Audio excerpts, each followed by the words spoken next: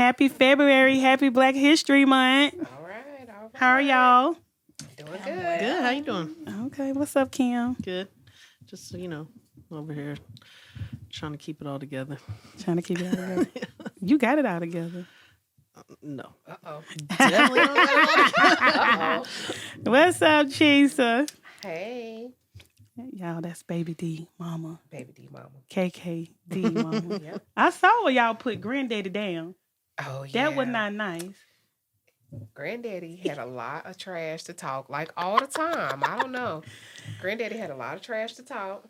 So, I don't know why he want to challenge the teenagers, but he always wants to. So, but, that wasn't the best of ideas because Pawpaw ended up having some complications afterwards.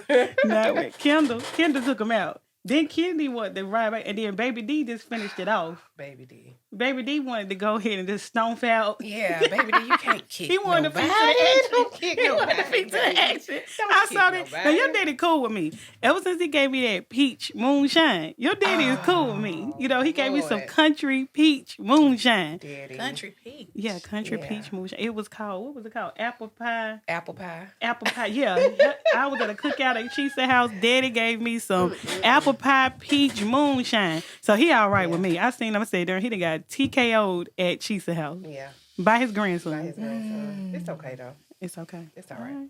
And then we have our special invited guest, Dana Sidberry, CEO of Motivational Marketing. She's here with us live today. For those of y'all who tuning in, we're going to post the link on our YouTube page within 48 hours. We are over here at the beautiful and glamorous Maximus Studios. It's so nice in here. It is. I like it. And for it to be like a lot of men to be around here, the bathroom is like It smells immaculate. amazing. Yeah. Look, Yeah, professional. we over This is here. a nice studio. Yeah, all right. Shout out to the Yes. Parkers. Shout out. Yeah, shout out to the Parkers. But yeah, it's nice, it's cozy. So we back here, and they are so gracious and thankful to host us every month. And everything is already set up for us. We got our wine, we got our water. We just out here having fun, and we just gonna dive into this month's topic of beauty, brains, and business. Thank you, Dana, for joining us. Thank you. I'm so glad to be here with all these boss chicks. I've been knowing Kim for a long time, but we Okay. never had the opportunity to be somewhere like this together. Thank you for having me, Cheese. I appreciate being here. Thank you. I'm crying. Let's do it. I know this is. Let's do it. Y'all, Shay is running a little late. LaRon and Brandy, I think they're gonna be with us this week, but they'll come back hopefully in the future. So everybody, thank y'all for tuning in. We're gonna get this show on the road. This is our third edition of Beauty, Brains, and Business Podcast. I thank each of you who tune in monthly with us. We're always the second Tuesday of every month, right? I try to keep it first or second Tuesday of every month. So Dave said Tuesday, February 9th, we're gonna be here for our hours. So we just want to introduce ourselves. I'm Ashley Cross, serial entrepreneur, born and raised here in Charlotte, North Carolina. If you want to follow me on social media, click the link. I'm going to post it again after we hang up with this podcast, but I'm Sashley Nicole, Nikol, on Facebook. On Instagram, I am Miss CEO 2000. And Dana introduced me to the TikTok world. Okay. Dana got me on TikTok. Yeah. So here comes Shay Baker. Leonie Mama. Here she come, y'all. Skinny Minnie. Looking slim. Yeah. So, yeah. So Shay just joined us, y'all. She's coming in now. So, we just going to dive into it. And that's it. Kim, how can they get you on social media? Metro Proponent, Metro_Proponent, Kim Woo Worldwide, Instagram and Facebook, just Kim Woo or Metro Proponent. You can search. Okay, Chisa, how can they get you on social media? On Instagram, it is the salon name, which is All Tressed Up Salon. All right. 705 North Cannon Boulevard in Kannapolis, North Carolina. Concord, Kannapolis, what's That's up? right. All right, Shay Baker, how can they get you? Facebook, Shay Baker. Instagram, Shay Baker Therapy. I think how it is. It might be Shay_Baker_therapy. Try both. And yeah, that's it. All right. And then Dana Sidberry, last but not least. You can find me Motivation MKTG on Instagram and Twitter, and on Facebook it's Motivation Marketing Firm. Yeah, that's it. Okay. That's me. That's me. All right, that's what's up. Okay, well, so what we're gonna talk about? We hear a lot of people talking about generational wealth and how to build that. We hear it a lot. It's thrown around a lot. I just want to get y'all feedback. How do y'all feel? Because I think a lot of us, we, as I say, we always either born country or we're born hood. Some of us are born city, some lower class, some middle class, some upper class. If you're fortunate, you got parents who put in that work or grandparents who put in that work, so you came in the world with a little silver spoon. As for me, I was raised by working class parents. Like working class parents, my mom comes from poverty. My mom comes from where her mother never worked, and her dad, my grandfather, took care of the whole entire house. My dad, same situation, working class family he grew up in. My granddaddy worked on the railroad. He worked very hard. His wife, which was my grandmother, never worked. So my mom took it upon herself, and being raised in a house of 12 kids, that she said she gonna marry up. And so she married a hardworking man. She was a hardworking woman wanting to come out of North Charlotte, wanting to change her circumstances, being the eldest sister of 12 siblings. My mom just said, hey, when my kids come here, I don't want them to have to go through some of the stuff I did too. So it was very important for her to get us educated and to give us a different start, So that's where I'm at. So my generational wealth, I feel like me, I had my niece over the weekend, so it was very important for me to get her with her foundation. So I can tell my niece does not like to clean. I can tell my niece does not like to cook. So she already coming out with that spoiled child syndrome, because my sister works hard, their dad works hard, he's a business owner. So Major Milan just have everything. So what do you think, Dana? What do you think? So, I actually think that with generational wealth, and I hate to have to go here, but I just got to. Go ahead. We as African Americans, brown people, however you want to qualify, we just think about it differently, right? I was raised like you. My family was working class, but my grandfather instilled in the family to always have insurance and always have life insurance and, buy houses and things like that. But on the same token, and we do, and we have policies and stuff like that, so we're all right. But with my Caucasian counterparts, they're taught about, of course, real estate, but they're also taught about, Roths and stocks and just all kind of stuff that we don't get that education about. Right. So when it comes to today's wealth and generational wealth, we have to start with our kids early. Educating them on what things are and how to get into it and just because we just don't know how to do it. And that's just the simplest way that I can break it down. I'm doing some work with Pride Magazine, and they're gonna have their awards on the 20th, and it's centered around generational wealth and the wealth gap. And the statistic is like with African American, we're like number one. Not number one, but like number 10 or something when it comes down to ratio. And of course, white people is number one because they got all their ducks in a row. They pass it down and they pass the education down. But we just don't. Okay, so why is that? What you think, Kim? How can we get better with building generational wealth and breaking that poverty cycle that a lot of us are plagued with? So me, my father, he grew up very poor in Detroit. He was like definitely low class, whatever you want to call it. My mom, she grew up on a farm in Korea. So just, they farmed rice, and so my dad was kind of like the first one to break a generational curse in his family because he's the only person who ever went to college out of his entire family. And so, and he actually got a associate's degree, so he went to a 2-year college, but it's still, yeah, he still, did it, you know what I'm saying? So, and so like, with him, he was just different. He was just a very hard worker. He got drafted into the military though, and when he was 18 or whatever year, I think it was when he was 18, no, 20. When he was 20, right after college, he left. And so he was forced into the military, and I think that's what kind of changed him from the rest of everybody in his entire family. Because, like, my mom don't even like that whole side of the family. She just don't want me messing with none of them. Yeah, because it's real typical, that stuff that be going on. So with me, I was fortunate, like I said, because I'm kind of different than all of my Detroit family, and then even my sister, everybody. So I've kind of like I was fortunate to have my dad on my side, and then my mom being kind of she's smart, she's a philosopher, right? So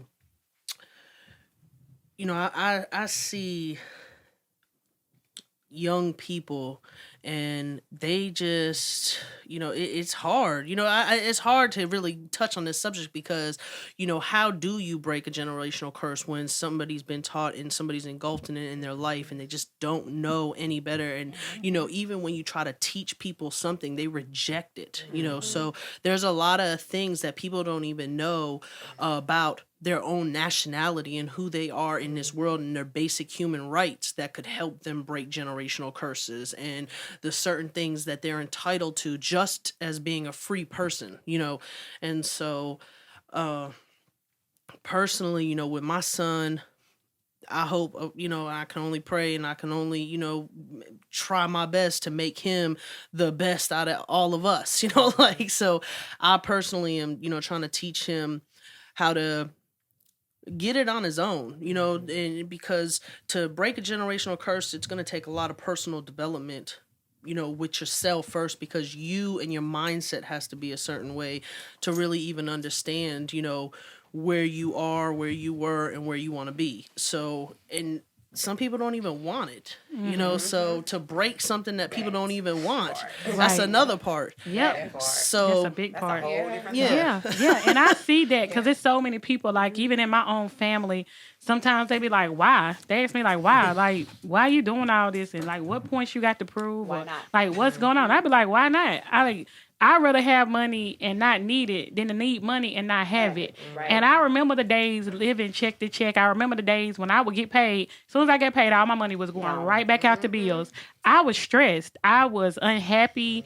I was not satisfied. I couldn't travel. I couldn't do anything for anybody. And I remember, being $40,000 in credit card debt, and just like every time all I could afford to pay was the minimum payments. So I told myself, Lord, if you get me out of this right here, Get back in. and I would never get back in it. And that's why I'm just like not like that. And that's why I work so hard, because I struggled. Like I tell everybody, they look at me now, but people who knew me then, and I was going through a personal struggle that I never even really told a lot of people. I just was like, I had got with this, as I say, Negra, and we had bought this townhome, and I'm thinking like, he the one, and that leads to even other things like why I have, issues with some men, because it's like we socialize to feel like they're gonna take care of us, but in fact, sometimes that's not always the reality of it. They want you to take care of them. Yeah. So when I had got all that debt thinking we gonna be together, it ended up like not being like that, and I got left with it holding the bag. And I got left holding the bag, and I said, God, when you let me out of this, I promise you again, never, ever, never. And I remember moving out my mom's house at 25. My mom let me take my full-size bed that she had at her house, and I took my clothes. And I remember being 8 months in my apartment. I couldn't afford furniture. I didn't have nothing but my clothes in my name and my full-size bed. And I remember just still working, slaving, still working. I was driving an hour and a half every day to Winston-Salem because to work. So I remember going to work, my car would break down. I had my tire bust on Highway 52 going to Winston-Salem. So I have been through a lot. So like now, where I am now, to be able to work just 3 blocks from home, I'm happy. But people didn't see that part when I was living check to check, when I was struggling. And Lord forbid if I had had a child, that child would have been neglected. DSS might have been in my life, because then I didn't have any money, And I'm just thankful, and I just know now, like I don't want now how my mom feels about me. I don't want my niece and nephew having to go through that. I want them to be on another level. So yeah, I just always think about my goal is to get these mental health companies to a level where they can sustain my lifestyle, and then I can make sound investments from there. Like I told you, I'm even seriously considering giving up the tax business. I don't like it. It's nerve-wracking. And I don't want to get anxiety or depression because of impulses from people in financial distress. I want to be, I want to have an elite clientele that understands you're giving me your taxes. I've chased that earned income crowd for so long, and it's just too much for lack of a better word, ghetto. It's just too much ghetto. These are the people. I mean, you should be able to give me $15,000 on all my kids. It's unreasonable. Like, yeah, no, we ain't got time for that. It's like, Yeah, it's but not they gonna me. be coming after you when they audit It's you. not me.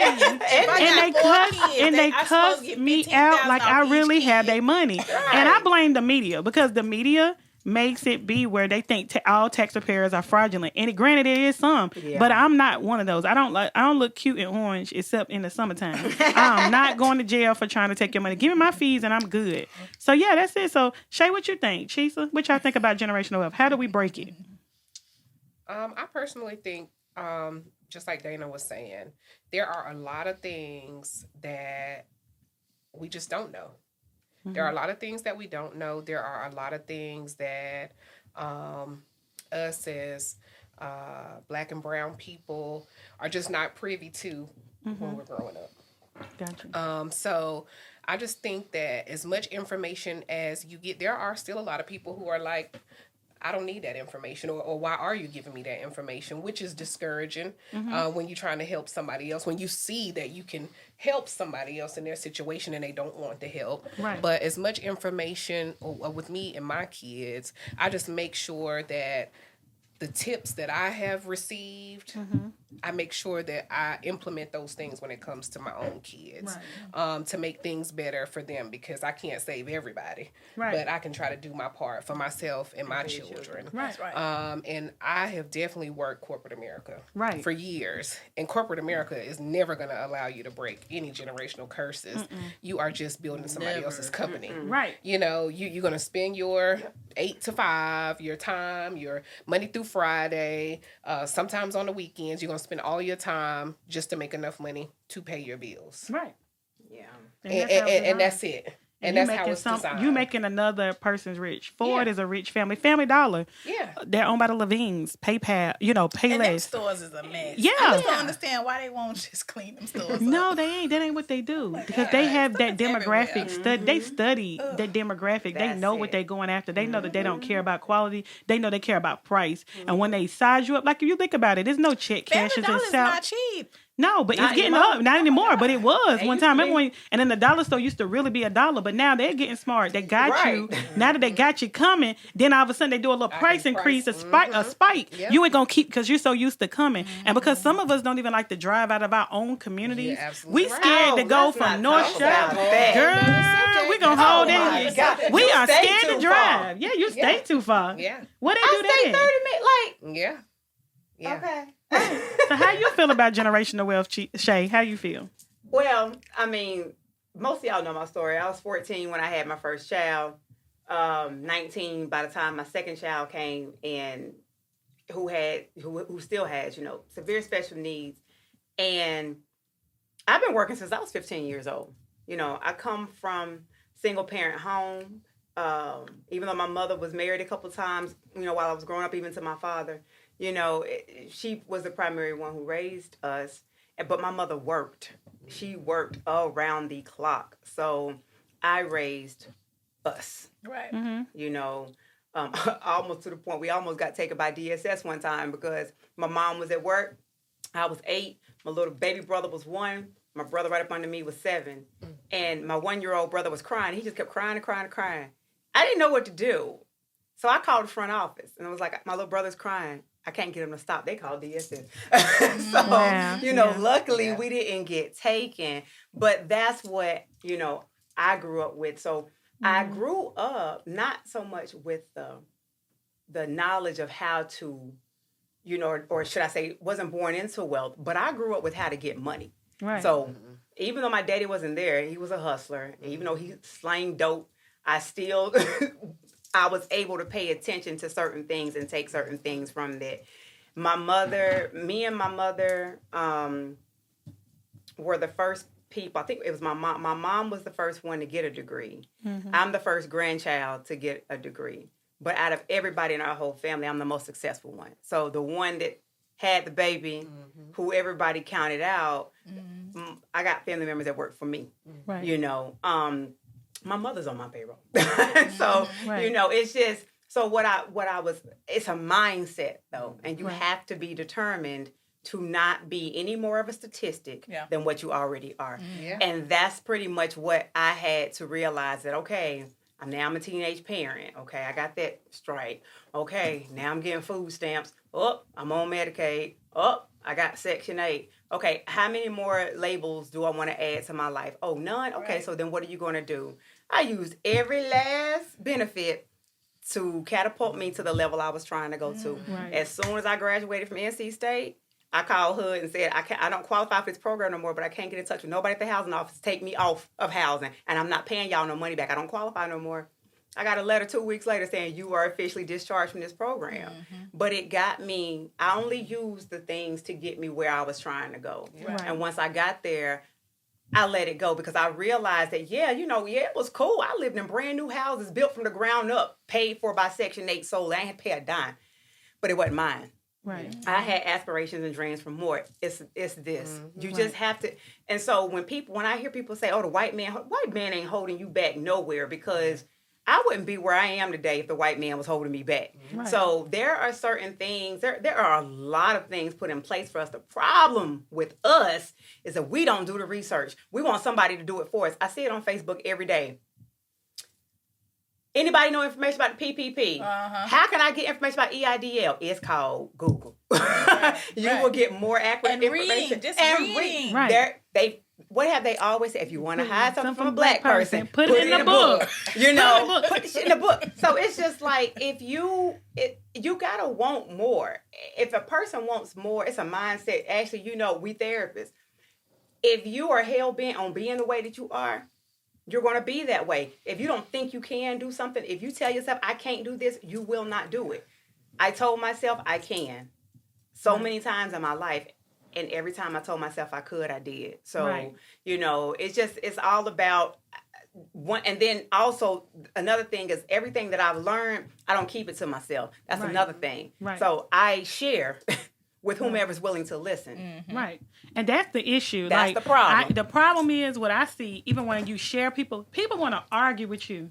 They want to test your intelligence, test to see if you know what you're talking about. It becomes an intelligence war. And those are the people, like, I just be like, I wouldn't have said it if I didn't know it. I wouldn't have said it if I had not done my research. I would not have said it if I didn't know that for my own self to be true. Because a lot of people just say stuff and they repeat us, and we live in that Me Too world where everybody just saying Me Too, Me Too, Me Too, like having them girls that gave it up to R. Kelly. Y'all wanted to do it. Okay, well, that's another subject. You know what I mean? Y'all wanted to get some of that 12 They was giving it up, but he was taking it too. Yeah, he was taking it. He was taking it, but they knew what they was doing. They wanted some of the R. Yeah, they did. They wanted some of the R. They did.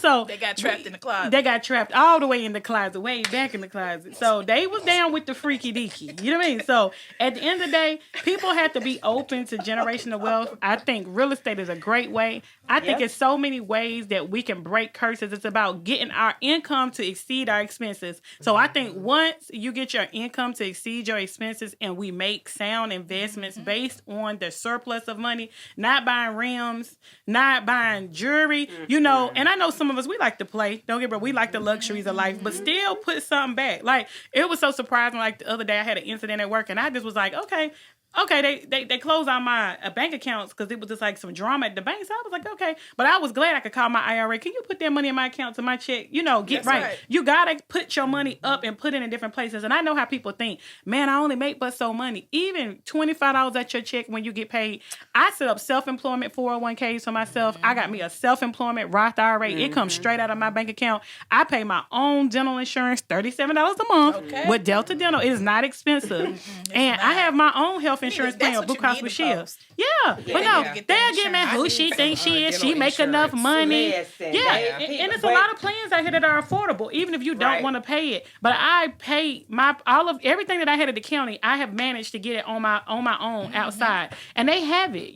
So I survive, and I make enough money where I don't live up to the max. Some people, they bringing in $3,000, they spending $3,000. They bringing in $4,000, they spending $4,000. You've got to get it where your income. And it was a struggle for me because that was like my expenses was exceeding my income. So I just started gradually working more, starting getting more smarter and getting more invested in my business, like how to grow. Like even me and my friend today, we came up. I've been struggling like how to get this hair business off the ground. I was like, you know what? I called somebody about vending machines. I want to put the hair in vending machines. So I was like, I ain't worried about a store. I'm not worried about a store. I'm not worried about a store. I'm not worried about a store anymore. I'm like gonna try the vending machine. So I called my mom and I was like, Mom, what do you think? She said, Ashley, I think that would be excellent. Let's try it. She said, let's try Concord Mills and let's try South Park Mall. And then I called my other friend Tay, who's the CEO of Tay's Treat. She said, Ashley, I want to do it too. So she said, I said, yeah, let's call and find out how. So I always think of new and innovative ways that I can get my business off the ground and grow and excel. And that's how I am. But I think the key to what you're saying is one word. Work. Yeah. People don't want to work. They want somebody Nobody wants to work. I don't know what they gonna do. They don't want to work. The Bible tells us that you can give a man a fish and feed him for how long? A day. But if you teach him how long you gonna feed him Feed for a lifetime. So I Feed can for a give lifetime. this to you. I can give this to you, but it's not going to help you. Right. You know, people give me the game. The game is to be what?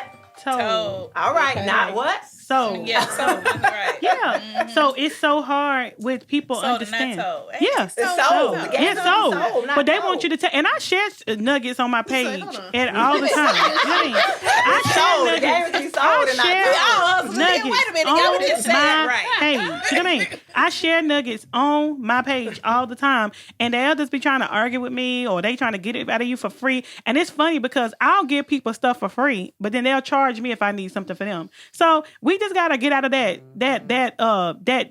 crab in the barrel mentality that we have. We don't support one another. We try to figure out we could do it better. Like I've had girls really literally argue with me about how they could have did the brunch better. Like, baby girl, I'm not even in competition with you. He was like, Yeah, they're weird. They're weird. They're weird. I am not in competition with you for looks, body, man, when she tell me places about of these stories, it's residence, always just amazing and intelligence. I know I'm smart. I don't need a degree to tell me I'm smart. I was smart out the womb. Degree is just I didn't have a talent. I can't wax.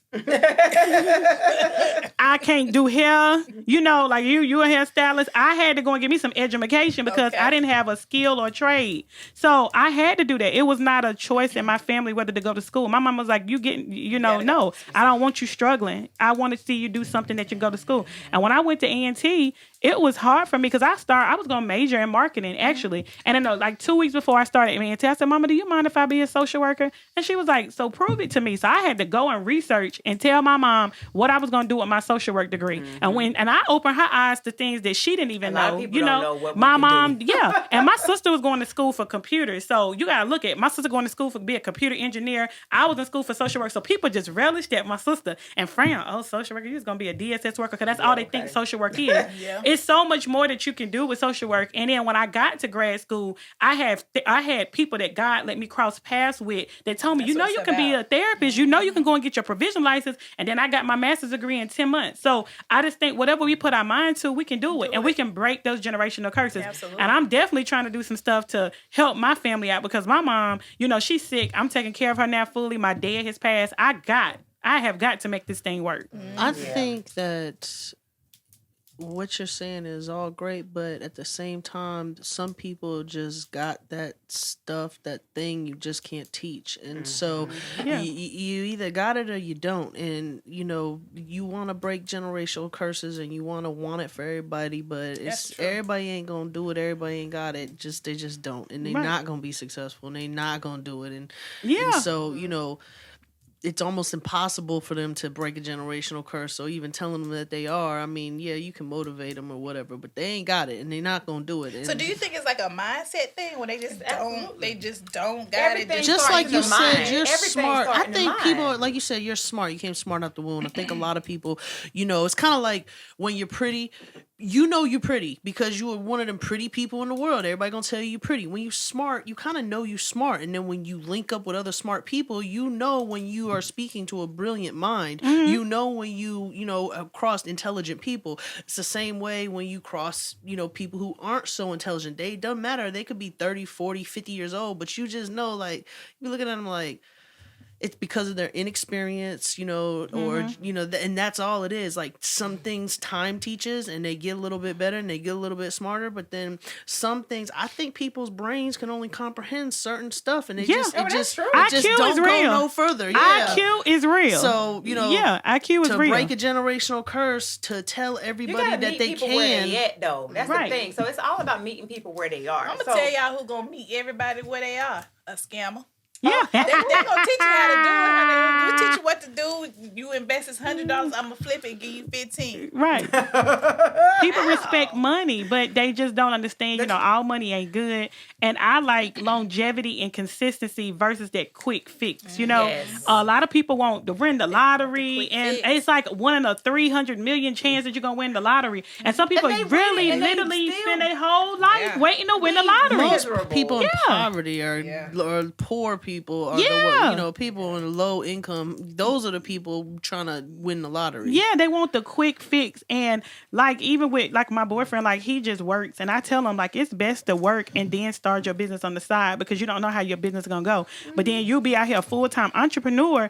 People, I know people will give you zeros in your account when you're just trying that you don't have. I have friends that have started salons and everything, and I even had one homegirl that want to pay the booth rent because she felt like I had it. You know, she felt like I had it. Just because I got it don't mean it's for you. It's for People you. feel entitled. Yeah. And that entitlement kills me. Like Kim, I'm your friend. I see you, I be like, darn, I would not sit up there and be like, Kim should take me to Aspen because Kim got it and Kim got an Audi and William Z. Every time I see William Z, he dripping in Gucci. Yeah.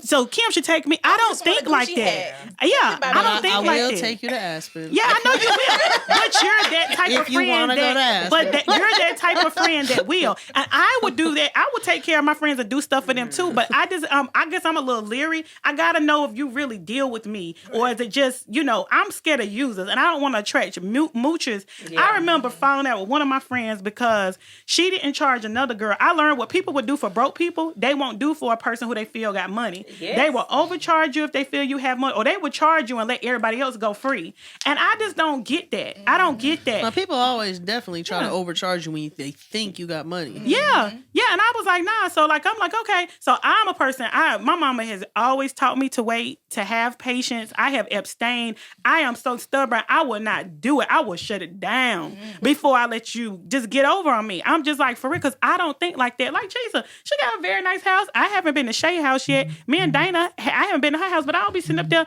darn, Chisa, I can move in your third bedroom. Girl, baby D can say I can get out here on your, I was going to give up my apartment, come and live in your, on your low. Now, I do feel like if I really hit hard times, Chisa would let me come there. It's not a doubt, bad of a doubt. You know, she'll put me on the sofa, whatever I got to do. Right. But I think of what can Ashley do for Ashley before she depends on somebody else. And then if you do something for me like you know, you'll tell me, Ashley, I don't mind taking care of the tab. We out at, she got me at all out here. We out here in Valentine's. Kim is just like that. But I would never just want to use it. That's why I at least say, Kim, I'll take you out. Shay will take care of you too. Shay came to my house one day and bought $1,000 in here. Like just straight out, bought all the bundles. I said, see, I like friends like that. But in the same, like I told her, I said, now I got a lot of the other bags, but I will support you in things that I do see, and I purchase from her. And Chisa don't never charge me to wax my 2 hairs on my chin. You know what I mean? She'll never charge me. And she'll come up here, Ashley, get your plate. Get your plate. Have a whole slab of ribs. I have friends around me that I know, and they know if they come to my house, it's free. Chisa, he'll take this patio set. I'm not moving back to a house. So I just think we gotta get into more of being reciprocal and stop these one-sided relationships and stop trying to use and mistreat people. Right. Take our money and put it in ways that's going to build wealth. Like me, I'm excited about my vending machine. Like, I can't wait for the man to call me back. I'm going to be, and then I'm going to call Dana, and then I'm going to say, Dana, can you help me advertise? And I'm going to say, Chaser, can I put my vending machine up there and give you if they buy hair there, when I cut, I'm going to cash up you some for letting me be at all dressed up salon for them buying bundles at your shop. So, I mean, I would come up there and just think like that, you know? And then me and Shay be on the phone, do you see a place where I can drop this vending machine in South and Lake Wiley? Because them girls like that got some money. Yeah, so I feel if we give, or I can put it over there at Metro Proponent. And then if I'm like, okay, we at Metro Proponent, next month we're going to do a whole big old whatever. I believe in just reciprocation. And I think that way, when you put good energy out there, it comes back to you. That's right. You know, I've been in some messed up situations, but God, like last week, on God, all my accounts ain't no money in my possession. No money. out of thin air just came. My boyfriend here, it's some money over there at Wells Fargo. My mama here. It was so many people that just reached out to me because they know I'm very independent. But you'll just be surprised. I just think people have to understand reciprocation and the things that you put out in the world matter. That's right. It really matters. That's right. So yeah.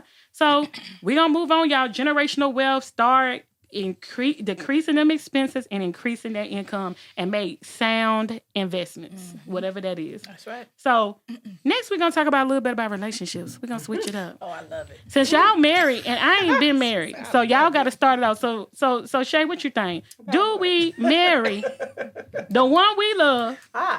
You on your second husband. Do we marry the one we love or do we marry the one that loves you? Okay. That's kind of, well, so I think with my first marriage, it was what you call it? It was dual, you know, like, because this was somebody from my childhood. And when we were kids, I had told him, I'm going to be your wife one day. I was 11. I was like, I'm going to be your wife one day. And he was looking at me like, 14, like, girl, bye. I'm not thinking about having no wife, you know, or whatever. But I spoke it into existence because, you know, like, how old was I, 21? So, yeah, 10 years later, I became his wife. But that was, like, the worst mistake I ever could have done. So, that was just being naive at that time and just chasing what I thought was, you know, chasing this fantasy. But now, with my current husband, he loved me first.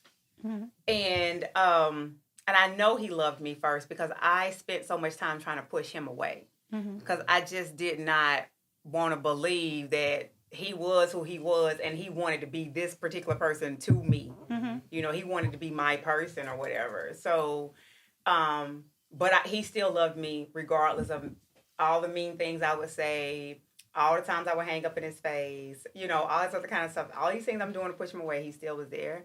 So I do believe that we probably tend to love or marry the ones who love us because love is something that is shown. It's not something that you say. Yeah, we say it, but I'm a believer of show actions. Me. You know, show me that you love me because I know people who get told by their mate they love them and punched in the mouth in the same breath, you know, and so love is not supposed to hurt. So, yeah, I believe that you typically marry the one who loves you. What you think about it, Chifa? I think for me, with me and my husband, it was childhood also. Yeah. You know, so I think it was dual as well.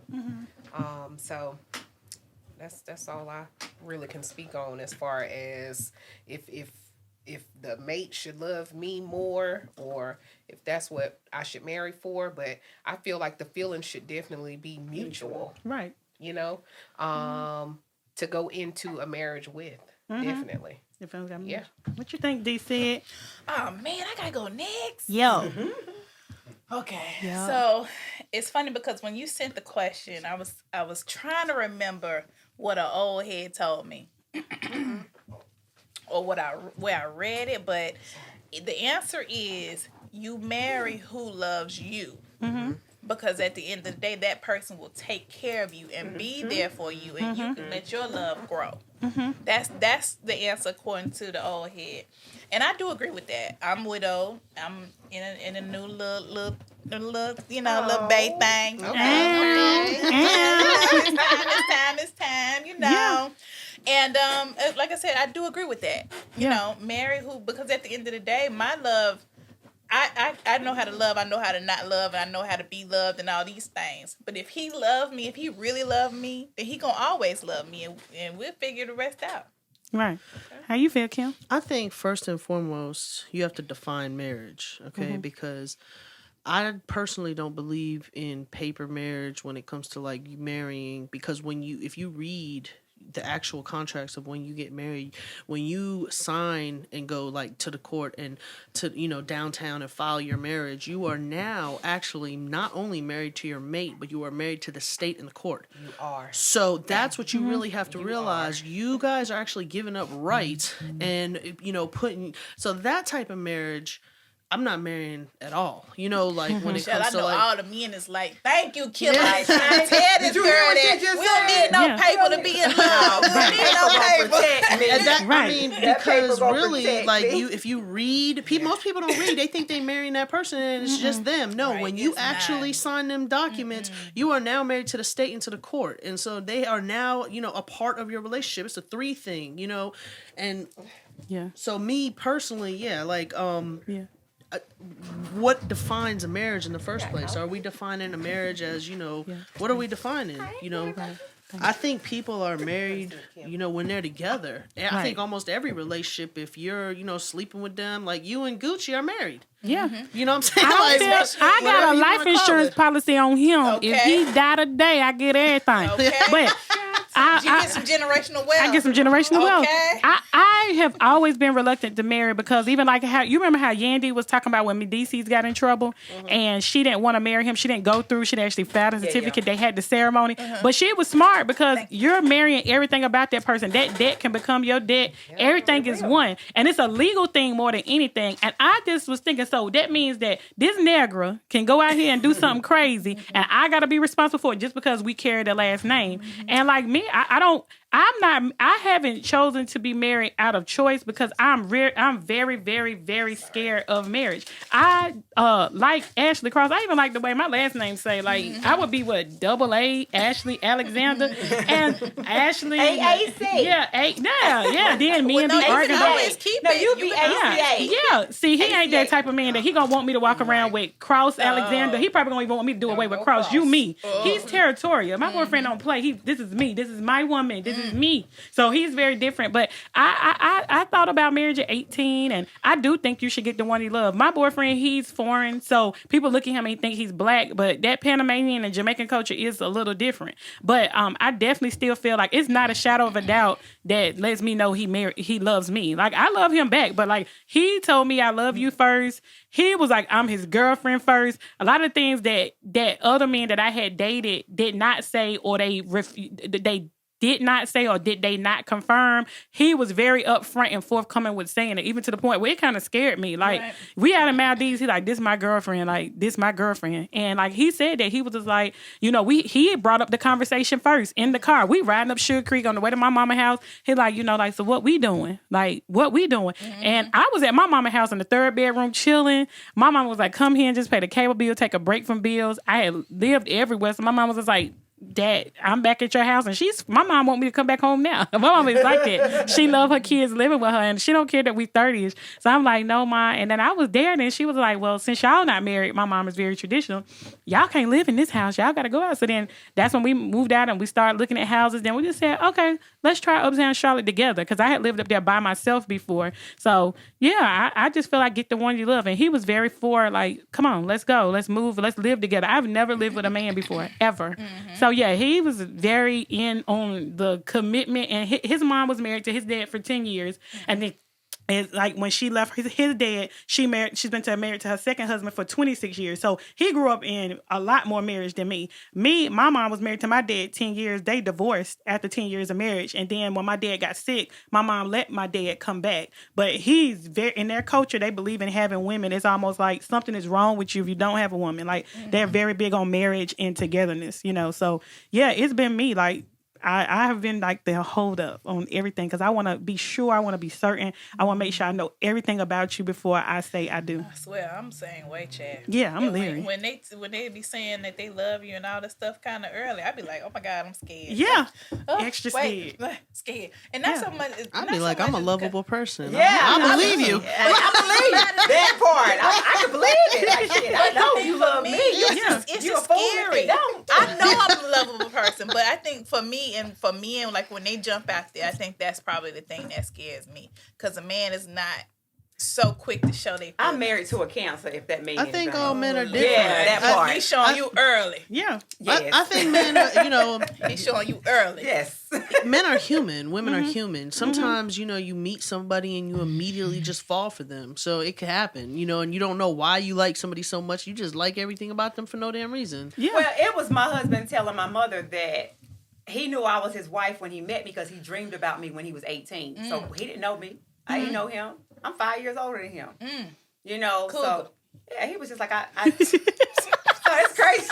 And I was sitting here like, boy, shut up with this lying. He was like, I'm serious. You know, he was like, I knew you were my wife when I met you because I dreamed about you. Like, so. Yeah. I love And it. that's how it is with me. I just was like, yeah. So I think as women, you definitely have to be with somebody who loves you more, or loves you first, or loves you more as a woman, right. because otherwise it's just Not not gonna gonna work. work. That's why I don't get into chasing, and a lot of girls be out here chasing men. How can you chase somebody who Never. don't answer your calls? How can you chase somebody who don't call you back, who don't text you back, who ghost you? How could you fall in love with that? You just Like, wait for him to say it. Sometimes people fall that in love with the idea of who they think they are in their head. They're That's not right. really in love with the person. They're in love with who they think they are, I'm or who glad they you broke created that to down, be. though. I'm glad you broke that down because I was having a conversation with one of my friends yesterday, as a matter of fact. She met this guy on Facebook or whatever. They've been going through their little situations, whatever, and they haven't even like really physically met. And when I say situations, it's been really like a timing thing. And you know, I got this going on, and I got this going on. We got to meet here. We got to cancel here. It's been that type thing. And one of the girls was like, "Oh, well, you canceled on him, and you told him X, Y, Z. He must be crazy. He must be a stalker." And I said, "Why can he not just be interested? That Yeah. part. Why can't he just not be right. interested?" And I think that women, we get so used to maltreatment that we don't know when it's Right. really how a man's supposed to ask you first for to take you out. Like Gucci walked up in the house like, Pauline Willie, I'm here for Ashley. I'm Right. here. Like I can tell you and everybody was like, I said, Dad, for real, I cannot make this up. Like he was not afraid to talk to my So mom. for real. He wasn't afraid to talk to my daddy. He didn't hide outside. You know, he wasn't scared, and he was very intentional. Like, you know, that we're gonna be together. So I think it's very important to get the one that you love, and you feel it because it's constantly, you know, reinforced. And I think if you out here chasing and you marrying somebody you've had to chase, you're gonna always be the chaser in the marriage. You're gonna Right. always be the fixer. You're gonna always be the doer. You're never gonna know what it is to have somebody just give you that love. Like if I die today, I can say, outside of my daddy, I can say it's 3 men that I knew really loved me. And I know for a fact, if I die today, I know what it is for a man to really love me. I've had a man to take care of me. I know what it is to have a man to cater to me. I know what it is to a man to say he loves me. I know what it is to have a man to say that even out of the bad ones that I had where men made temporary bad decisions, they always came back. They always tried to come back. They always apologize. And so I'm healed. And I even did a big live last night about, you know, healing from men and the things that they do. And it was real good about the maturation of a man. Yeah. But yeah, y'all, let's get the ones that love us, y'all. Let's give it some time. I think some people like to rush into things. Yeah. I think you need to know that man. They just want to be couple goals on social media. Yeah, and they want the title. Right. Like but that title comes with a lot of responsibility. They want to say, wife, CEO. It's a lot. They want to be in their TikTok together. Yeah. Is that it? Yeah, you want to be relationship goals, and that's all right. But make sure that he loves you. Right. So yeah. So next one, what are some good businesses to start for kids? I know y'all have kids. I don't, but I want to make sure my little baby gonna be straight. So what are some good businesses to start for kids? Well, I'm gonna touch on that Okay. just because we talked on it earlier. So I do have a vending machine. Okay. In my salon. Okay. And I have a connection with vending machines also. Okay. So I can get you connected with the vending Friend, machine. yeah, so that's why we here. Yeah. But the vending machine networking, business is the startup is not a lot Okay. for cost. Okay. And my children, they come and they do the inventory. Okay. You know, That's so they're cute. involved. Yeah. They do the inventory. They check the money every week. Oh, you can't tell them nothing. Yeah. They let me know what needs to be stocked up. What's an item that is not really selling, so it gives them the opportunity to have some responsibility as well. That's cute. And that's a business that they don't have to do a lot for the business. The business sells itself. Right. Either you want the products or you don't. You know, you don't really have to do a lot for it. And like I said, the startup cost is not a lot either. Gotcha. And I think that's a good, easy business for children. Okay. Yeah. All right. Any other business ideas that's good for kids to start? So we got the vending machine business. Lawn companies, like I was gonna say that. lawn companies off the rip. Yeah. Okay. I mean, definitely. especially in the summertime. Like I would say, start them in the springtime, because that way they can be practicing on some yards before they get too out of hand. Because summertime them yards, be, whew. Yeah. Then by summer they done built up some clientele and they But you Wait, got to work though. That's right. Yeah. You have to You work. work. Them kids Yeah. have to come out. Yeah. Mm-hmm. Okay. Kids So don't- lawn and care. kids don't come out like we used to come out. Yeah. I used to be outside All till day. the street lights came home. All day. Right. I mean, now I'd be like, Where the kids at? where they at? Yeah. Right. And it was some cute ones that I saw that was like easy. And when I was reviewing them online for like even Milan, like when I was young, I would babysit before I could even work, before I got my permit to work. I would babysit. So when I was babysitting, because I was mature and responsible, you would leave me little William Z or Baby D. You just I just had the parents write down for me what was their schedule, what was their routine, and I chose the kids I kept. Now, so the kid was off the chain, I actually didn't do it. But if you had a reasonable child that didn't have any bizarre behaviors, I made money off of babysitting. And another thing that I see the little kids uptown making money off of is dog walking. They just come around and they walk people dogs, like, and they make money off. The little boy come around and he put door hangers on, and he'll come. Do you need your dog walk today? And if you trust him, you can let him in to let him out. You know, you can give him a key to let him out. But a lot of little kids uptown Charlotte, I think it's cute. This a dog walking service for like a busy professional. They come. I also saw another girl that was like a teenager. When school was in, she was doing it in the uptown area. If you missed the bus, I would take your kid, to school for you. So mom at work, dad at work, kid missed the bus, you called her and she drove your child to school for you. I got a couple ideas. So, like Shay said, definitely the lawn service. My son is now 16, but when my husband passed, he was 9. And my friend Lucky, shout out to Lucky, he told me, he said, D, he gonna need some responsibility. He said, go ahead and let him start making money. Let him start making money cutting grasses. So, yards. So I made him a little flyer and everything, and people would actually support him just because he was young. You know what I mean? Like, he would be walking up the street, push his lawnmower. People would literally stop and just give him money because they see that he's trying to make an honest living. So he started that at 9, and like I said, he's 16. So every year, every summer, he got all his yards, and they'll text me because I don't believe in them contacting him directly. So they'll text me, and I say, well, such and such got to do this, and such got to do this, and you need to go over there. And one of the people that really are supportive is this man named Mr. Joe. Mr. Joe talks to him and then still, that old head wisdom and everything, stuff like that. So I said all that to say it's been a good business for him, not necessarily just for money, but just the village concept. And I believe in that village concept. But the second business that I was going to tell y'all, all the kids are into gaming. Like, we got to teach our kids to monetize it, not just play it just because it's something fun. Monetize it, set the account up, get on YouTube and do all that stuff. And then too, with social media, we got to teach them, if you're going to be on TikTok, let's run them numbers up. Let's make it make sense. Right. So you got to create those as businesses because that's what they're into right now. Okay. And that kind of goes into our other topic with low startup businesses. So we got low cost startup businesses, vending, lawn care, walking dogs, babysitting, also utilizing social media. I always know Dog sitting too. Yeah, dog sitting is another one too. Cause they made the big doggy palace on Wilkinson Boulevard. It's a whole little place. If you love a pet animal, they made it's a whole little queendom up in there. But they can just come to your house. Yeah, you know what I'm saying? They really could. They could, as long as it's cool with your Caleb do mama. that too. But that's some good low start cost business. I know the tax business wasn't expensive to get into. Honestly, with me, not like mental health. You either have to have the work in the business. You have to have a licensure. But like mental health is not that bad. You just have to upfront. Like with me working on my offices, you have to have a physical location and get that going. So a lot of things. It's a lot of businesses out here, but taxes is not one. You just got to keep up with the trends and keep up with the time. It's always a lot of CEUs. But for kids, definitely getting them to monetize that social media and come up with a skill or a trade.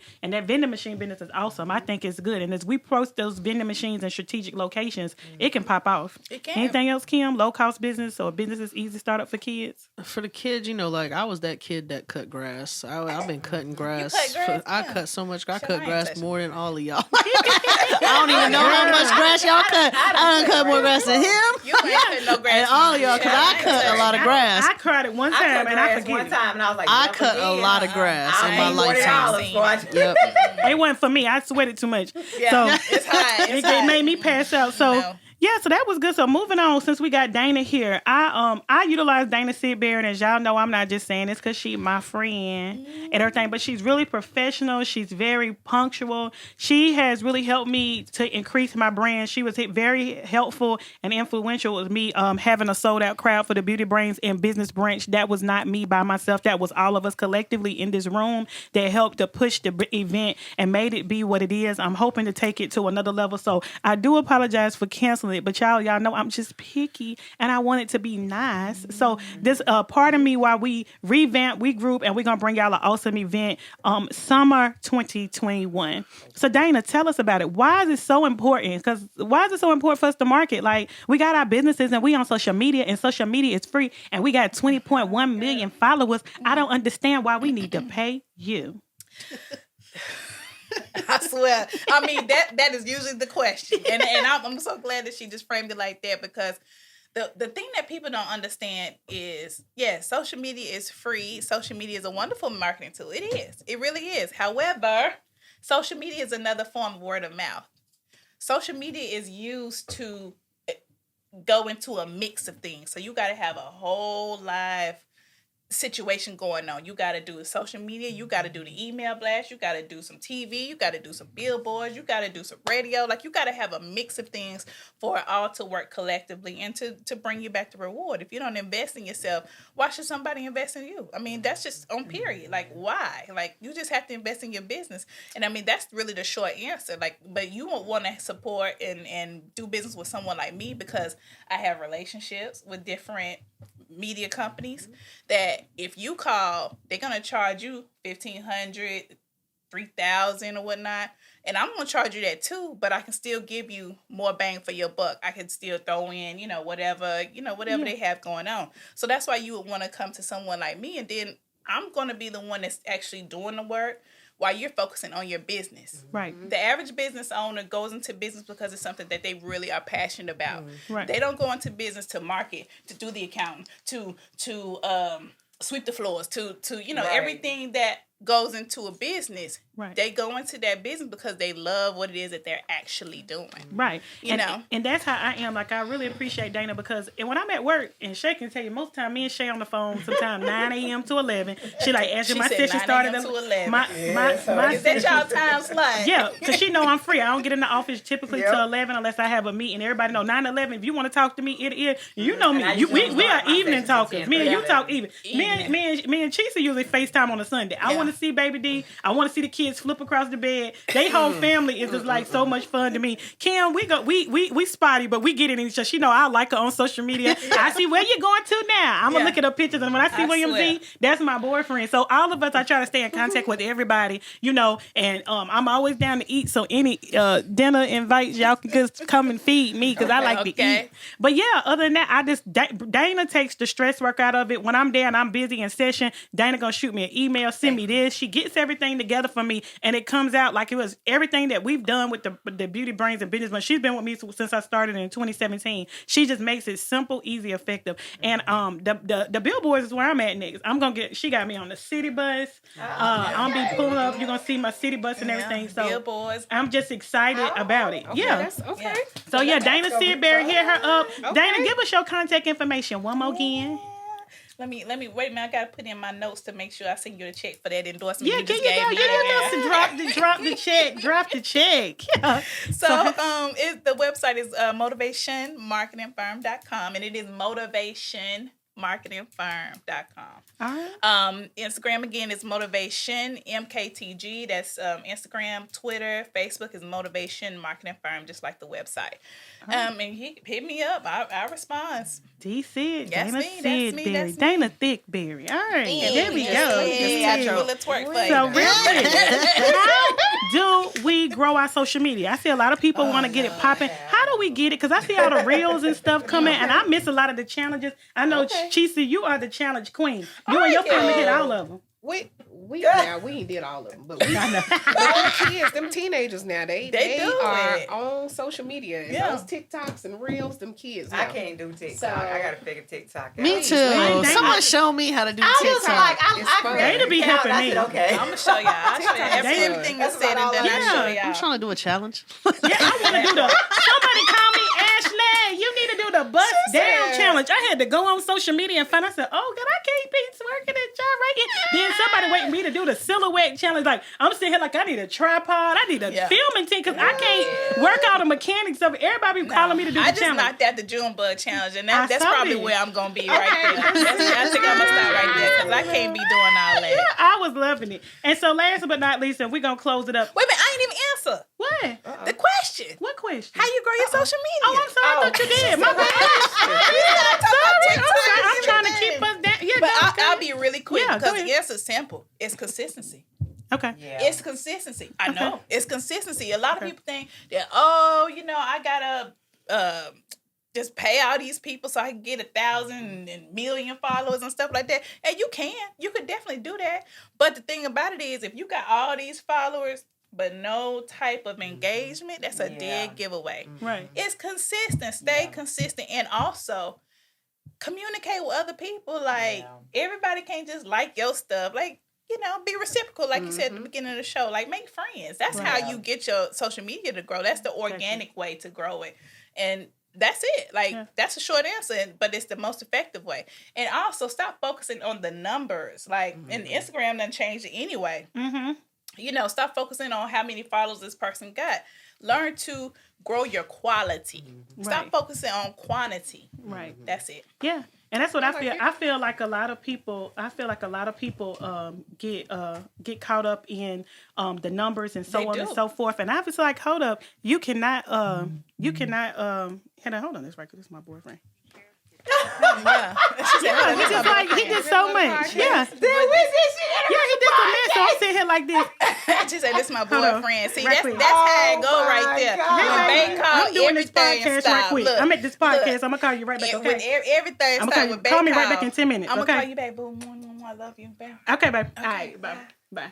Yeah, he gonna keep ringing that phone. Messing up the line. In the middle of the He wanted to know what was going on. What's going so he gonna start ringing that phone. Where you at? Where I'm at. Yeah, that's exactly what he Right. wanted to know. And I thought I told him, but I didn't. So yeah. So last but not least is how to keep your business COVID-19 recession proof. Like, how can we do that now that we know that the pandemic is out here?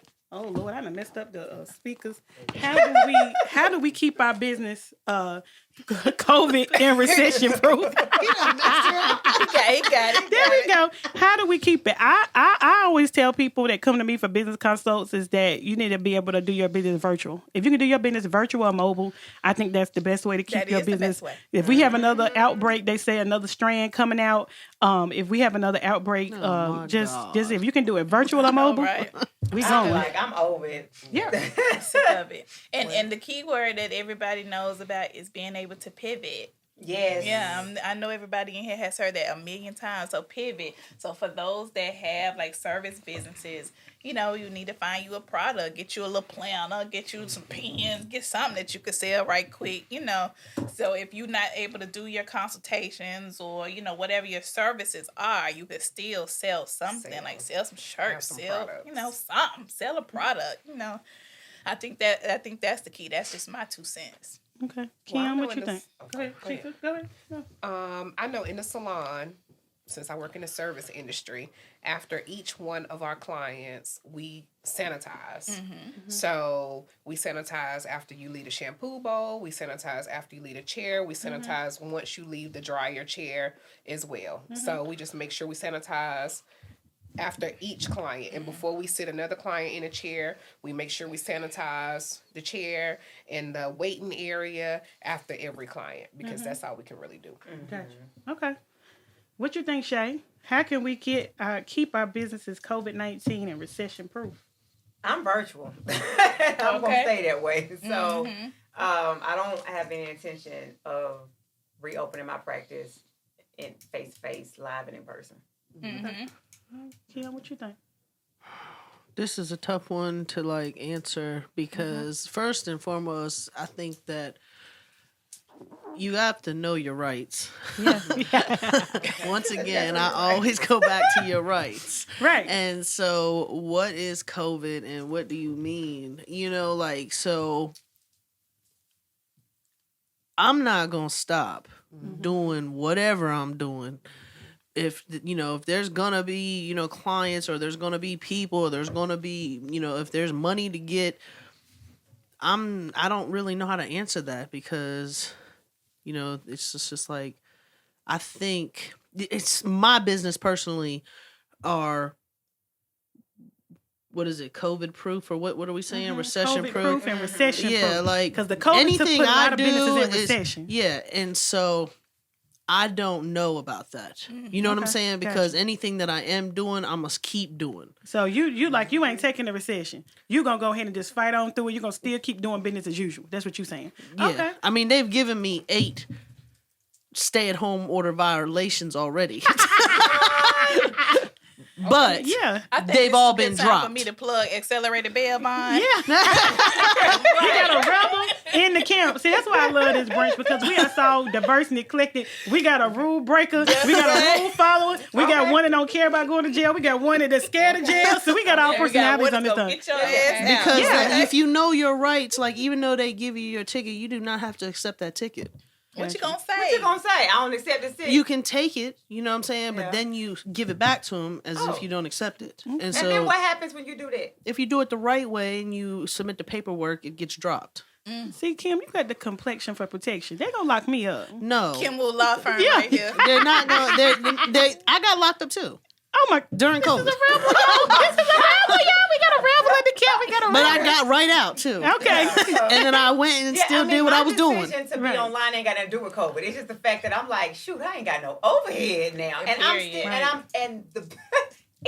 I don't have to leave my house if I don't want to, Yeah. and I still got people booking me more than online than they was in person. Yeah. So, See, me and and my- because I'm licensed in 18 states. Okay. I can't be in 18 states at one time, but I can see people from 18 different So it states. seems like it makes more sense for It you. just makes more sense Yeah. for me to That's stay See, me, online. I was worried about my staff. I downsized my office. Now, I had a big location on a 3-man office with the foyer and everything. I just downsized when I went into a Regis, because all of my therapists can work from home, and pretty much my staff had to be in the office because that's where the medical records are. We did go electronic, so I did set up an electronic system just in case we got to go back out. But I did it more so to keep the jobs that people have, because I know my office manager, she needs that income. And my biller, I don't bill. A lot of people bill themselves. I pay someone to do my billing because I'm trying to delegate as much as possible. And my marketing and community relations guy, he really works from home, but he comes in the office, he needs flyers. So I keep in office. I downsize. I did shrink my both of my practices because I had them separate, then I put them back together, and now I just rent a suite at Regis. And Regis was making sweet deals. Like, everybody, their business was affected. So when they called me like, "Hey, Ashley, can you come up here?" And I just went in my own office. We wore masks. We stayed socially distant, and I got my offices on a steal. So everybody like, "You uptown? You live uptown, and you work uptown?" But Regis was begging for money. So when they called me like, "Hey, I know you had put in an inquiry months ago, and I already used Regis in Miami, and I use Regis in Atlanta, so it's cost effective for me because I'm thinking I only got to pay one bill instead of 10. At that other office, I was paying rent, lights, phone, cable. Spectrum was getting a big chunk of the money, and then I had a gas bill in the wintertime when it was hot. So now I pay one, and that pays for everything. And I still kept my numbers, and I merged them through a app called Uma. So I still kept my original numbers, so that all my clients that were familiar with Odyssey's old number when we was in North Tryon and in university, I just put it on the app for 6 months and gave out the new number. And then all my old number from the tax office, it comes straight to my cell phone. I made it a mobile number. So I still had those clients calling me and say, "Hey, we moved." And we sent out Christmas cards and flyers saying, "Hey, we've moved, and this is our new address." So it just works for me. I'm smaller, but I like it. I saved a lot of money on rent because my overhead was a lot. But virtually, I could work from home. I had my house set up where I can work from home. But I like being in the office. I just can't sit in the house all day. I got to get up and go somewhere else. Because when I'm at home, I just want to chill. Yeah. I don't want to think about work. That's right. And I want to say this too real quickly. What can also keep your business recession proof and COVID proof, because this is actually my second recession that I'm in, is your service. Yeah. If you have good service, if you have a good product, people they're gonna still do business with you. It might be on a smaller level. You know what I'm saying?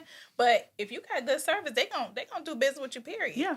It was people looking for me. People called today, Ashley, I missed you. And then Psychology Today. When I put my name on Psychology Today, I have so many referrals. Like I'm getting at least 2 to 3 people coming in for therapy a day. And I have got to get more therapists now because I can't see all these people. And I was closed. Like I just opened because in the COVID, a lot of my people lost their jobs and they lost their phones and they lost the ability. And some of the towns that I was servicing didn't have Wi-Fi. So I was down in clients during the COVID, but I had saved money and I was chilling. I just breezed through it and I saw who I could see and whoever I didn't see, oh well. But now they're getting their phones reconnected. They calling me like, Ashley, we want to be back in service. So I'm looking for therapists, like, and I'm outside and I have to get out the house. I can't sit in the house all day. I would be 400 pounds if I sit in the house all day. I know that's right. Yeah, I would. I would be 400 pounds. I'll be walking back and forth. So that's it for us this month, y'all. Thank y'all for tuning in. Thank you, Kim. Thank you, Chisa. Thank you, Shay, for taking time out of y'all busy schedules. I know y'all are wives and mothers. And thank you, Dana Sidberry. Thank you. Yeah, Kayla's mama, Kojak mama, too. Yes. I love your dog. They're my baby. I love your dog. They're He my got 2 sons. personality. I got 2 sons. Yeah. All right, well, check back in us. We'll be back in March, y'all, with another guest. Stay tuned. We're going to have another guest coming in talking about a little something. So stay tuned. These, again, will be every month, the first or second Tuesday every month. Thank y'all for tuning in out there in Facebook and Instagram. And thank you, Max in the Studios, for hosting us. Yeah. All right. Bye-bye. Bye.